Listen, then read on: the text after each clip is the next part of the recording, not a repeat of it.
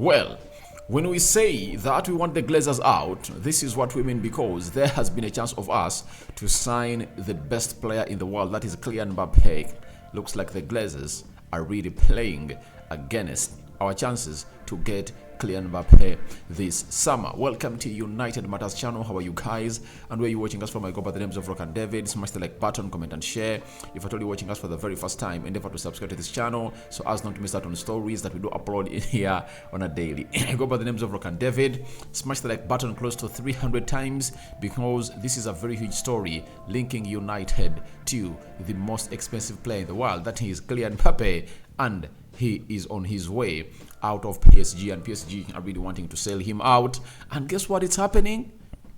The Glazers are blocking us and they're failing Mbappe transfer to Man United. And let's talk about Mason Mount, the latest, because it looks like every an hour we get an update concerning the Mason Mount transfer to Man United. And lastly, Erik ten Hag ready to take his players into what we call the Hell Week, and he has gone ahead to issue orders to the people who are with the service providers at Carrington that set all the pitches ready. We are returning close to next week and some days. So where do we start from? Let's do Kylian Mbappe. And Fabrizio Romano has gone ahead and really told us that the Glazers are absolutely not considering these options. They are not focusing on either Neymar or Kylian Mbappe. It's clear that the Glazers have chosen a different path. Now, this shows you that they are killing the DNA of Man United, right? I understand that the core of United was built onto the young players that we go ahead and obviously buy from other teams and make them stars, because that is the core value of Man United. We make players stars. Sir Alex Ferguson did it when he brought in players like Nicky Butt, David Beckham, Paul Scholes, Ryan Giggs, Ole Gunnar Solskjaer, and very many others. Even Samat Busby, he had to do that to build a team of United that really so close to 8 of those players crash in an airplane when they're coming in to play a game of football, and it crashed in Munich. That is exactly what happened there. And Ferguson continued to really mirror that plan of Samat Busby after the first batch that told you about David Beckham, Giggs, and so on. Then he brought on Cristiano Ronaldo, Wayne Rooney, the likes of the Nannies, Patrice Evra, Nemanja Vidic, and that has been the order of the day at Man United, getting in young players and turning them into stars. But however much that's been the norm, there sometimes went in for already finished articles, right? Like Eric Cantona, Roy Keane. By the time he was the most expensive signing from Man United, we signed him from Nottingham Forest that was relegated. Players like Carlos Tevez were finished articles. Dimitar Berbatov was a finished article. And so on and so forth, because he brought in very many players. Juan Sebastian Veron was a finished article. Which other player? Edwin van der Sar was a finished article. So he tried to balance up everything. It's like Shinji Kagawa was a finished article, proven at Borussia Dortmund, though he failed to prove himself at Man United. But you'll at a point X understand that all you needed was a mixture of finished articles and these young players that are going to be the next big thing. And for the Glazers, they are failing to do this. They're trying to kill off the norms of the club of Man United, because Kylian Mbappe is available and we stand a chance to really sign the player with only one condition: when the Glazers aren't in charge. If Sheikh Jassim Al Thani was in charge already, he would have gone ahead to factor out a way of bringing Kylian Mbappe to Man United. And the Qataris are really wanting not losing him to Real Madrid, because they believe that he should be playing for Man United if at all Qatar takes over Man United. But with the proposed idea of the Glazers to call in for the fourth bid between Sheikh Jassim Al Thani and Sir Jim Ratcliffe, it shows you that we are still miles off from signing players like Kylian Mbappe. Why? Mbappe wants his future resolved as soon as possible. So, for United, we might find ourselves doing business in August if at all goes well. And if at all doesn't go well, the Glazers might be in charge of Man United till the 1st of September when the transfer window really closes. And we cannot go and obviously do this Mbappe deal. And the amount of money attached to this transfer is really huge. But I can tell you that with Qataris or the Qatar investment, the Qatar Sports Investment owning PSG and Sheikh Jassim Al Thani hanging from Qatar owning Man United, something can be worked out on this deal to see to it that we get in Kylian Mbappe at Man United. But with the Glazers present, they don't have the money to facilitate this deal. If the Glazers are present, they need money to factor this deal out. But if Sheikh Jassim Al Thani is in here, he won't even need money. He'll just need to sit down with the Emir of Qatar and really agree that we cannot give out the biggest brand of football right now, Kylian Mbappe, to Real Madrid. Yet we have a team that we've gone ahead to buy in the names of Man United, and he can go ahead and obviously elevate it. And Erik ten Hag is willing to work with the player. And let me show you what the price of Kylian Mbappe is and why the Glazers cannot come close to this deal. PSG community have confirmed us that Kylian Mbappe is set to leave PSG. The Frenchman is expected to join Real Madrid.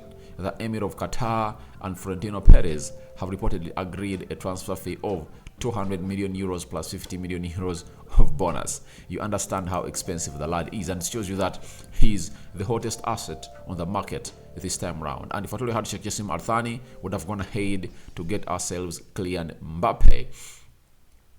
Now, PSG want 250 million euros plus 50 million euros and add-ons for Kylian Mbappe, while Madrid are willing to pay 200 million euros plus 20 million euros of bonuses. Mbappe's mother/agent has spoken with Madrid over several months, and he's now negotiating with the Emir of Qatar to close the deal as soon as possible. So it shows you that Mbappe is between 200 million euros, nearing almost the final budget of Man United that we are having this season. And why are we having that minimum budget? It's because of the Glazers and them not having money to spend, not willing to go ahead and obviously get their hard cash and put it into the spending of United this summer. Remember, even last summer, instead of them getting close to 150 million pounds from their businesses and inject them into Man United, what they did was to borrow 150 million pounds that we used to buy Anthony and Casemiro. So it shows you that they are not having the will to spend huge on this club, as they've not gone ahead to spend any penny on this club. They've only gone ahead to milk us dry every time they find themselves in a situation of doing a job that they are not supposed to be doing at Man United. So they are failing the deal of Kylian Mbappe to Man United. If at all Sheikh Jassim Al Thani was here, obviously would have gone ahead to discuss what and how Kylian Mbappe is going to arrive to Man United. But because of the Glazers' presence, we are losing out onto this player, and expect nothing to happen in between United and Kylian Mbappe if at all the Glazers are still the owners of Man United. But if at all the Qataris take over Man United with Kylian Mbappe not sold and still at PSG, trust me, it will happen in a very good way that United might work out a deal to bring him in. But with the Glazers, let's not even daydream. Now, let's leave that at that, and let's go ahead and really see what's happening on the table of Manchester United. Chelsea discussing the possible Mason Mount transfer to Man United. Fabrizio Romano had the following to say. Mason Mount and his camp stance remains clear that they, as things stand, have no problems to sign a new contract at Chelsea. Thomas Tuchel is a big fan, but no bid or talks have been held with Bayern Munich. Now, Mason Mount has made it clear to Chelsea that I have no plans to sign a new contract with Chelsea. The first time he said that to Chelsea, Chelsea took off £10 million from the 75 million value they had really put onto his head, that they wanted an asking price of 75 million pounds. When he told them that I don't have any plans of really staying at Chelsea, they subtracted 10. United made a proposal of 50 million pounds plus 5 million pounds of add-ons. It was rejected. It's still on the table, though United have started to look for other options on the market today. So, as it stands, Man United is playing the best of their game, and they are going in for Moise Caicedo to rival them. And we don't know how Chelsea is going to react to the second time Mount is telling them that I'm not going to renew my contract at Chelsea. So it's so much bothering for the Chelsea side that they are wanting to keep a player who wants out. That's how bothering it is, because you cannot keep out a player who doesn't want to play for you, and he's left with just 1 year on his contract, and you're getting 55 million pounds, of which I think it's much from him, and you don't want to really cash in. I understand they might be playing what we call monkey tricks, but they are playing them on a wrong team, because I anticipate that this time round, with the coming in of Matt Hargreaves as the head of sports or football negotiations, we have to be doing more stuff. And I think I'm not surprised with us telling Chelsea that we are going to walk away out of the deal because of Matt Hargreaves. If at all he was not around, we would have gone ahead to really be bulled, and ransomed because of that deal. So let's wait and see how that happens. But it looks like Mason Mount is forcing his move to come in and obviously join Man United, something that it might not sound well for the Chelsea fans, because they see him as their homegrown player, but he has gone ahead to really turn heel on them. But I would like to really applaud Mason Mount, because he said not to move to your fellow rivals known as Arsenal, because he just can't see himself playing in a red jersey and facing a blue side and scoring against you. So he has decided to go to the far side of Manchester to see to it that things happen normally. So that is it coming in from Fabrizio Romano as far as the Mason Mount deal is concerned. And lastly, let's do something coming in from Ten Hag and the board of Man United. Ten Hag will put United stars through a grilling boot camp that staff have dubbed Hell Week, as he chases a flying start next season. Staff have been told to expect that Ten Hag back behind his desk as early as next weekend.